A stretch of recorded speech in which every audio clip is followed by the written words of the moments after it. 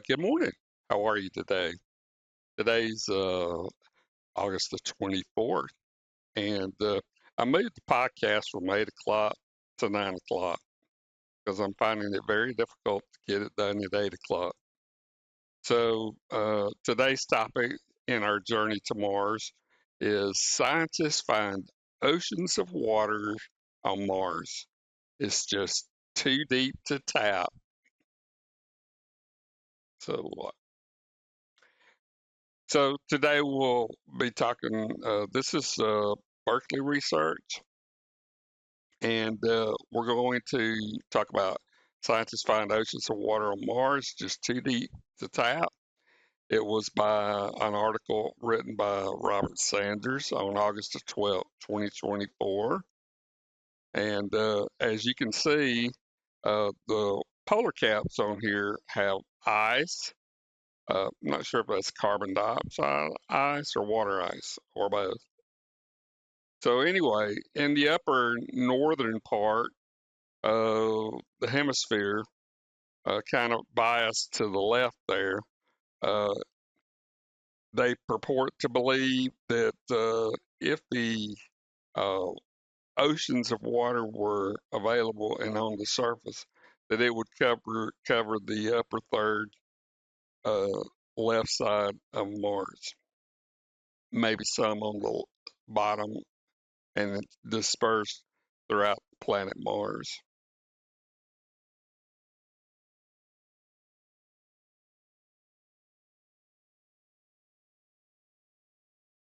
So let me show you a picture. So we're talking about seismic data from NASA's InSight lander indicated deep porous rock filled with liquid water. And let's take a look at the Mars lander. Get this off. Okay. So this is the Mars InSight lander, and they've been able to, through these earthquake centers, uh, be able to uh, ping through seismic data that there are like voids into the deep part of Mars that have a signature of liquid water. Yeah. So I'll show this other image.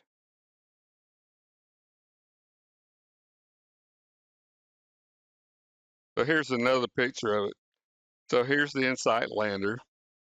And so way deep down into Mars, and there are this part in the upper part is the dry, fractured upper crust.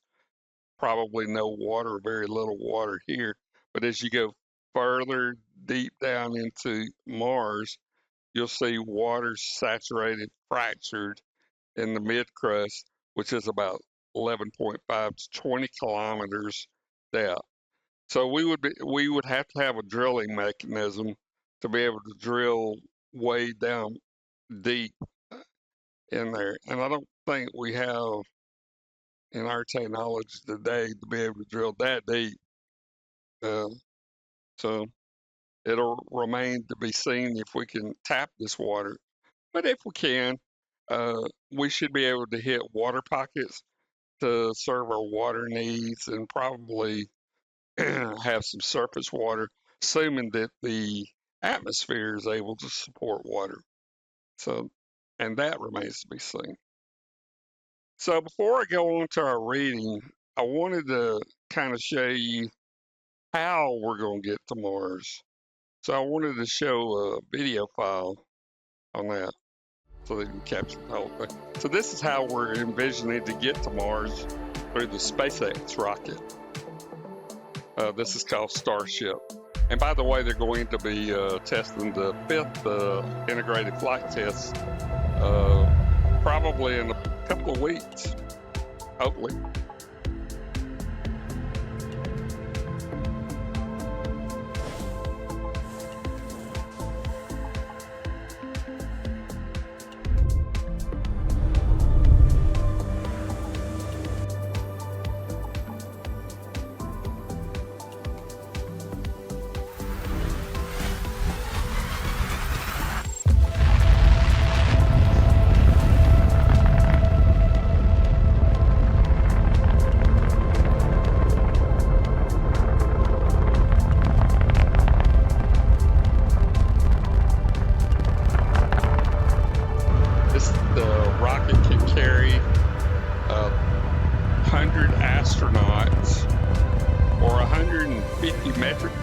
tons of cargo to Mars.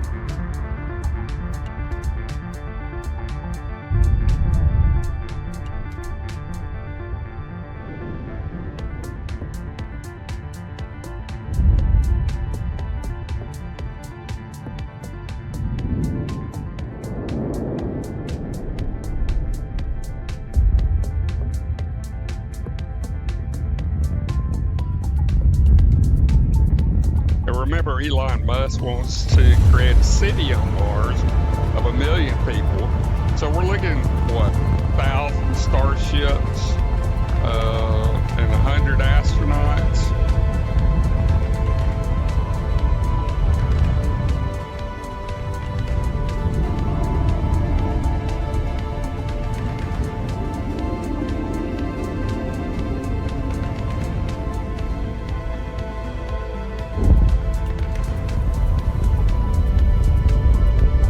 That would be over a 10-year period.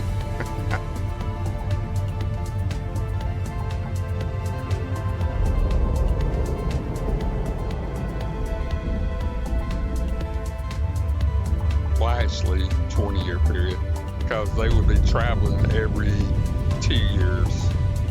My apologies.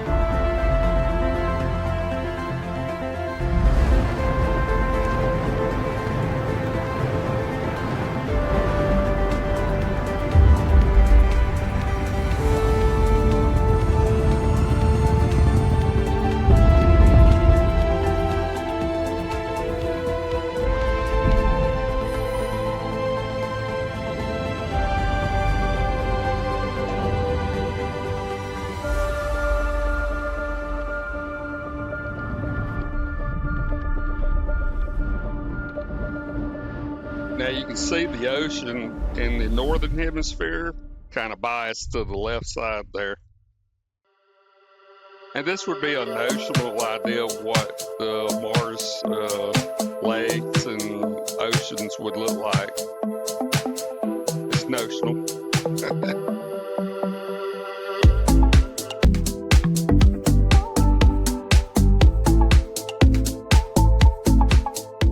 And that's assuming we could get life support capture. There we go.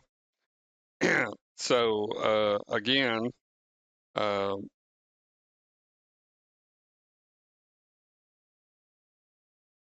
wanted to show the InSight lander. So this bottom contraption is kind of planet on the surface of Mars actually is taking the seismic readings, and so they were able to discover in very deep core of the Mars that there were voids or pockets that had a signature of liquid water. Yeah. All right. All right. So using the seismic activity to probe the interior, Mars geophysicists have found evidence for a large underground reservoir of liquid water, enough to fill oceans on the planet's surface. The data from NASA's InSight lander allowed the scientists to estimate that the amount of groundwater could cover the entire planet to a depth of between 1 and 2 kilometers, or about a mile deep. While that is good news for tracking the fate of water on the planet after its oceans disappeared more than 3 billion years ago, the reservoir won't be of much use to anyone trying to tap into it to supply a future Mars colony. It's located in tiny cracks and pores and rock in the middle of the Martian crust between the 11.5 and 20 kilometers, 7 to 13 miles below the surface. Even on Mars, drilling at that depth would be a challenge. The finding does pinpoint another promising place to look for life on Mars. However, if the reservoir can be accessed for the moment, it helps answer questions about the geologic history of the planet. Understanding the water cycle is critical for understanding the evolution of the climate, surface, and interior. Got to get rid of this. Interior, said Vashon Wright, former UC Berkeley postdoctoral fellow, who's now an assistant professor at UC San Diego's Scripps Institution of Oceanography. A useful starting point is to identify where water is and how much is there. Right alongside colleagues Michael Manga of UC Berkeley and Mathis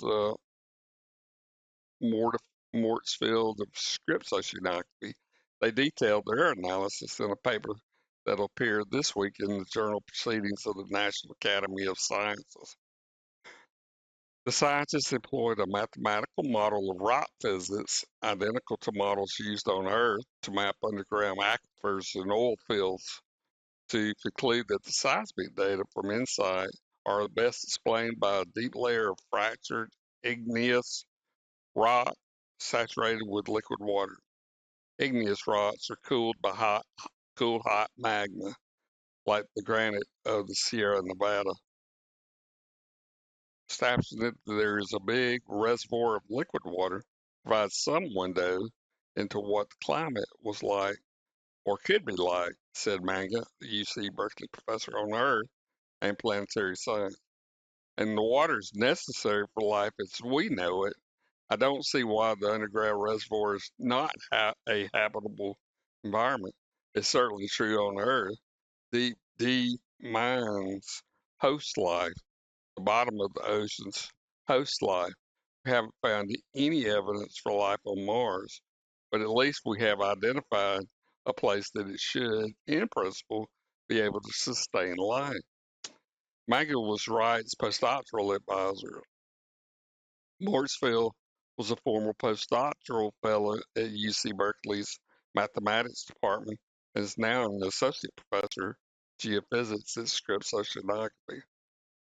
And Mangan noted that lots of evidence, river channels, deltas, lake deposits, as well as water altered rock, supports the hypothesis that water once flowed on the planet's surface, but that the wet period ended more than 3 billion years ago after Mars lost its atmosphere. Planetary scientists on Earth have sent many probes and landers to the planet to find out what happened to that water. The water frozen in the water polar caps can account for all of it, as well as when it happened and whether life exists or used to exist on the planet. The new findings are an indication that much of the water did not escape into space, but actually filtered down into the crust. The InSight lander was sent by NASA to Mars in 2018 to investigate the crust, mantle, and core and atmosphere, and it recorded invaluable information about Mars' interior before the mission ended in 2022. There's another picture of the mission greatly exceeded my expectations, Manga said. From looking at all the seismic data that the InSight collected, they figured out that the thickness of the crust, the depth of the core, composition of the core, and even a little bit about the temperature within the mantle. InSight detected Mars quakes up to about a magnitude 5, meteor impacts, and rumblings from volcanic areas, all of which produce seismic waves that allowed geophysicists to probe the interior. An earlier paper reported that above a depth of about 5 kilometers, the upper crust did not contain water ice, as Manga and others had suspected. They may mean that there's little accessible frozen groundwater outside the polar regions.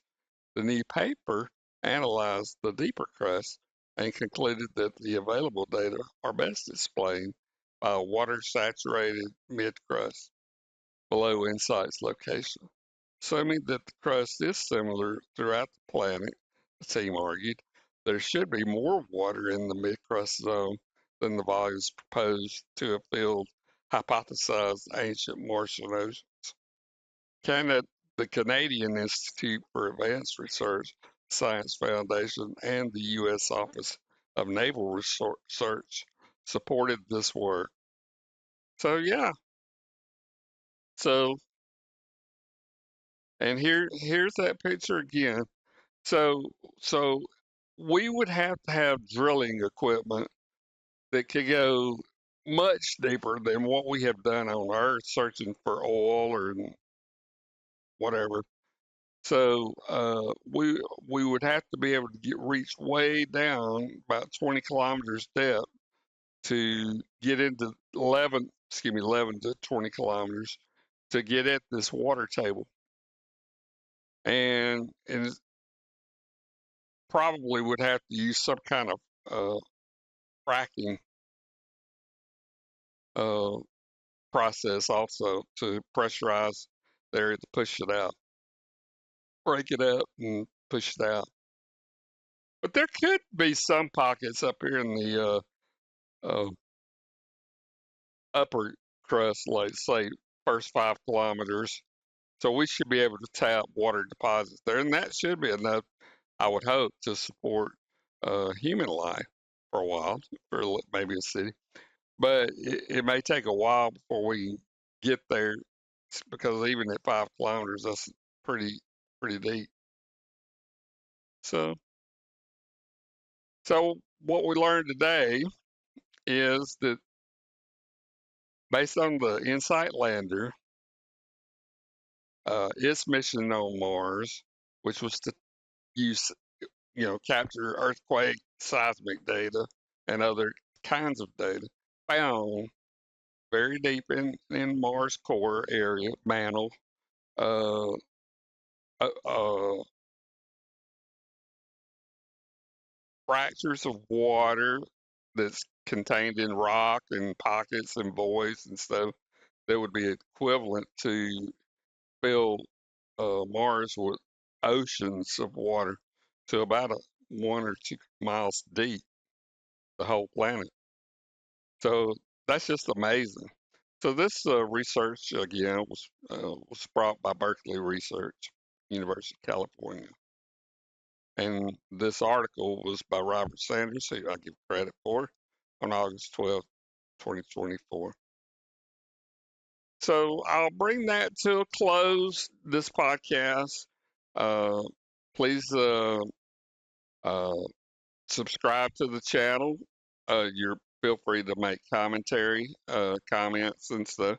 Uh, we're kind of new into the podcast, so it'll take a while to get everything hunky dory and uh, where it's running pretty smoothly. So yeah. So I hope that you have a great Saturday. Remember that college football starts this weekend. So we're looking forward to that. I'm in Los Angeles. A beautiful day. Currently it's 63 degrees. Wow. And that's amazing. So yesterday I think the high was about 87 degrees Fahrenheit. So it was really beautiful.